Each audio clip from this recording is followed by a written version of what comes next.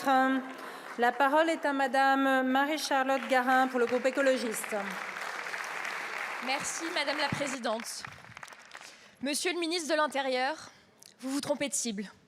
Nous allons vivre un été infernal. Tous les voyants sont au rouge. Sécheresse hivernale, nappe phréatique au plus bas, feu de forêt précoce. Et vous, pendant ce temps, GPS espion, caméra de surveillance, marquage codé sur la peau. Alors, il n'y a pas d'argent magique, mais qu'est-ce qu'il y en a quand il s'agit de réprimer les militants? Vous mettez au service d'intérêts privés un arsenal judiciaire et policier sans précédent. Une gabegie d'argent public pour protéger une poignée de privilégiés. Comme vous avez réprimé les syndicats et les mouvements ouvriers, votre offensive contre les militants qui défendent nos biens communs est inédite. Alors avec vous, sans surprise, à chaque fois c'est la même devise.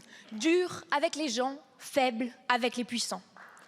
Vous ne jouez pas avec le feu, vous faites pire que ça, vous démarrez les incendies. Et vous vous déchaînez contre nous parce que vous avez peur. Vous avez peur parce que nous sommes de plus en plus nombreux à nous soulever. Et pas que des grands méchants radicaux comme vous le prétendez.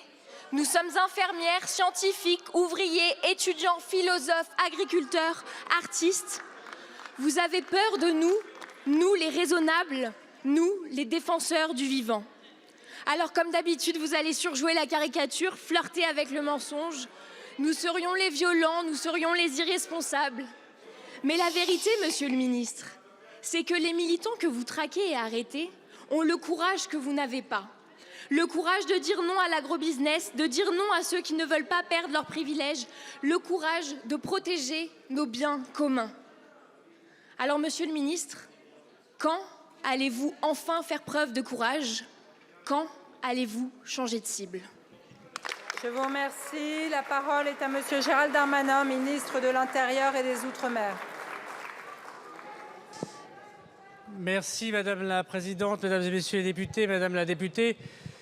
Je n'ai pas bien compris l'objet de votre question puisque je crois que vous étiez parti pour m'interroger sur les interpellations des personnes qui ont saccagé l'usine Lafarge. Et je constate que vous avez dû réfléchir entre-temps puisque vous avez dû constater alors que c'est sous l'autorité des magistrats indépendants et libres dans notre pays que les policiers de la République fonctionnent. Je vous remercie, Monsieur le ministre. Madame Garin. Je crois qu'en vous entendant, monsieur le ministre, on comprend très bien qui vous protégez et qui a vos faveurs. Je vous remercie. Monsieur le ministre.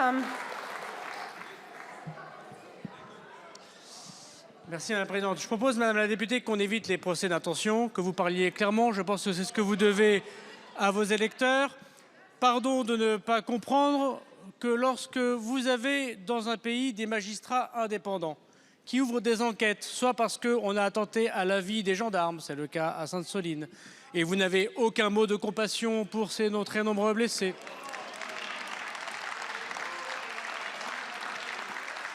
Soit parce que l'on saccage des musées dont on voit bien, très bien le lien avec la défense de l'écologie. Soit parce qu'on atteinte aux biens. Et non, Madame la députée, vous n'avez pas la majorité morale et politique pour imposer vos idées à la République française. Madame la députée, il faut accepter que vous n'avez pas de supériorité morale, pas plus que n'importe quel autre citoyen. Et les policiers et les gendarmes ne font qu'appliquer les lois que nous votons et que vous votez ici, voulues par le peuple français.